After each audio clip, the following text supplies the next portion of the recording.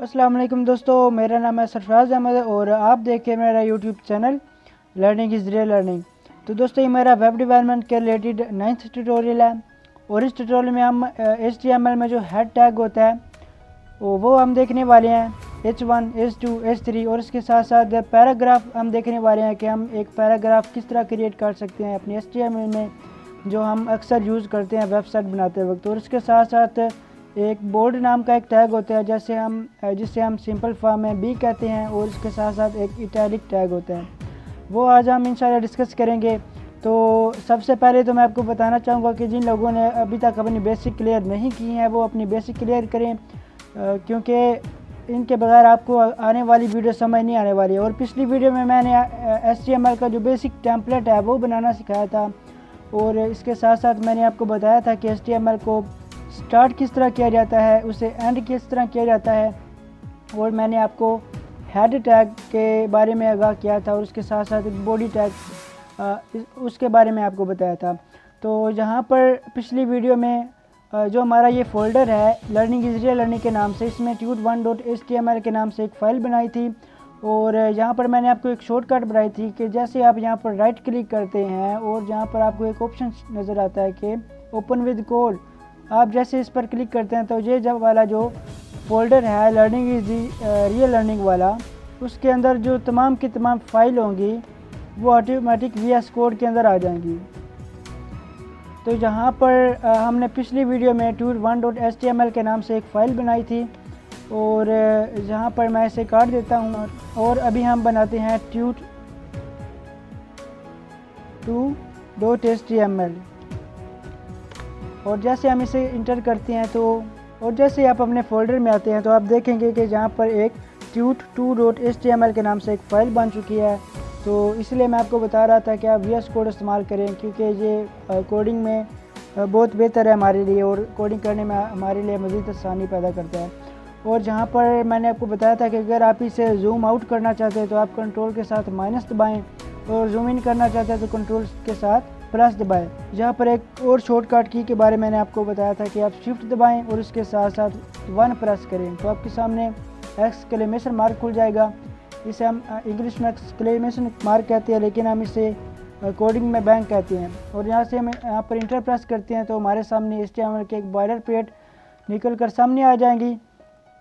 यहाँ पर मैंने आपको पिछली वीडियो में डॉक टाइप HTML के बारे में बताया था, HTML language is equal to English के बारे में बताया था और हेड टैग के बारे में बताया था। ये मेटा जो टैग्स हैं ये बेसिकली SEO के लिए इस्तेमाल किए जाते हैं। इन्हें मैं फ़िलहाल काट देता हूँ क्योंकि ये भी आपको समझ नहीं आने वाले। इंशाल्लाह ये नेक्स्ट कभी वीडियो में मैं इंशाल्लाह डिस्कस करूँगा।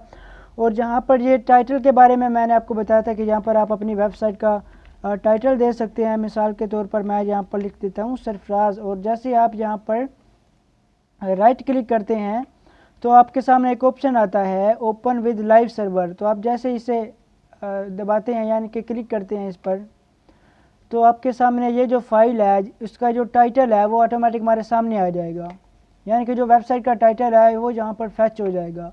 हम यहाँ पर इसे मिनिमाइज कर लेते हैं और जहाँ पर मैंने आपको बताया था कि जो हमारा सारे का सारा कंटेंट होता है वेबसाइट का वो बॉडी टैग के अंदर आता है। हेड टैग के अंदर हम अपनी SEO कर सकते हैं वेबसाइट की मेटा टैग्स लगाकर और उसके साथ साथ हम एक एक्सटर्नल फाइल लिंक कर सकते हैं।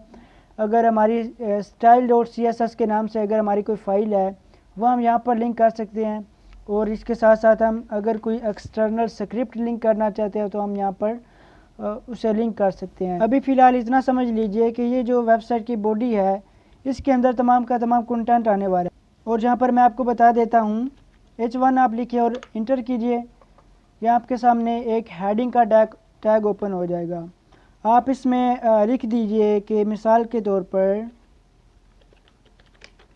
दिस इज़ हेडिंग 1 और इसका क्या मतलब है? इसका मतलब है ये है कि यहाँ पर हम एक हेडिंग के नाम से एक टैग बना रहे हैं और जो H1 है ये सबसे बड़ा टैग होता है हेडिंग के अंदर। इसके साथ साथ कुछ दूसरे टैग्स आ जाते हैं H2, H3, H4। अभी फ़िलहाल हम इसे सेव करते हैं और जहाँ पर हम देखते हैं कि हमारी वेबसाइट किस तरह नज़र आ रही है। तो देखिए जहाँ पर ऑटोमेटिक ये रीलोड होगी अपने लाइव सर्वर की मदद से और हम यहाँ पर देखेंगे कि हमारे सामने आ चुका है दिस इज़ हेडिंग 1। हम यहाँ पर बैक आते हैं और यहाँ पर अपनी लाइन को डुप्लीकेट करते हैं। यहाँ पर हम लिख लेते हैं H2 और यहाँ पर हम लिखते हैं दिस इज़ हेडिंग 2 और यहाँ पर H2 हम दोबारा लिख लेते हैं। इसके साथ साथ हम यहाँ पर लिख लेते हैं H3, दिस इज़ हेडिंग 3 और यहाँ पर हम लिख लेते हैं H3। हम इसे जैसे ही दोबारा हम इसे सेव करते हैं तो यहाँ हम देखेंगे हमारी वेबसाइट के अंदर यहाँ पर लिख दिया गया है this is heading 1, this is heading 2, this is heading 3।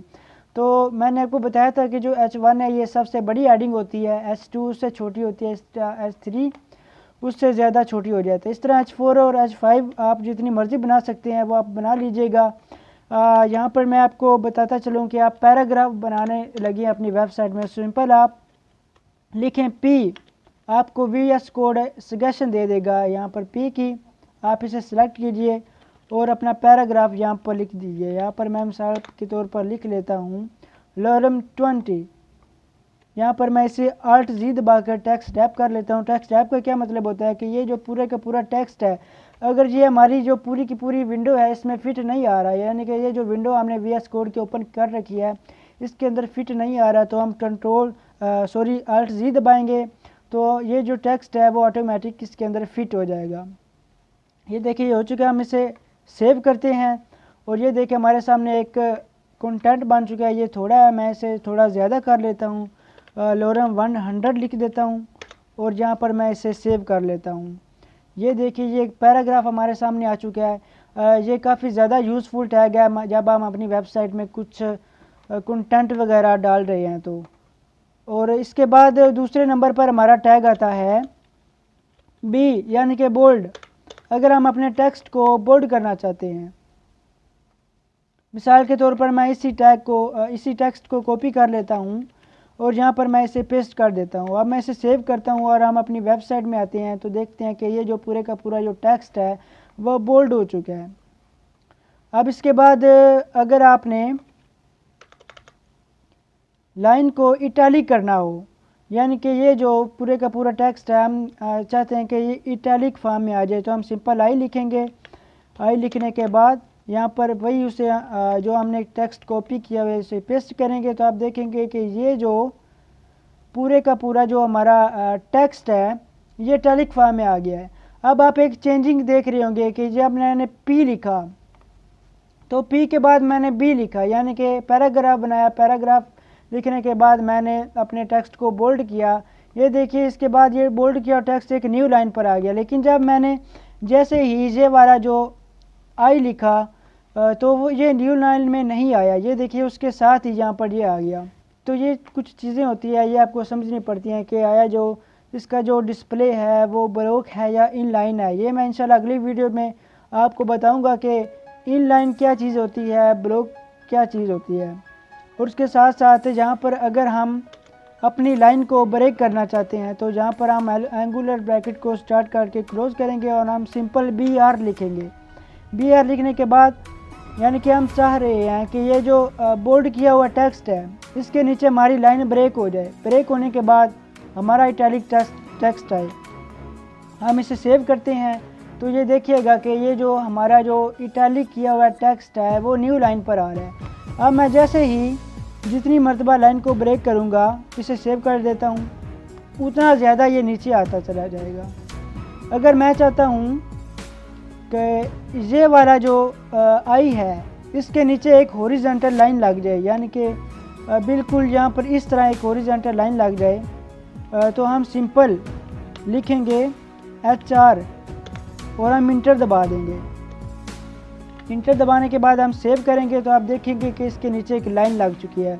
अगर आप चाहते हैं कि ये जो HR है हम इसे कॉपी करते हैं, ये B के नीचे आ जाए, तो हम इसे यहाँ पर पेस्ट करते हैं, हम इसे सेव करते हैं तो आप देखेंगे कि बोल्ड किए हुए टेक्स्ट के नीचे भी एक हॉरिजॉन्टल लाइन लग चुकी है।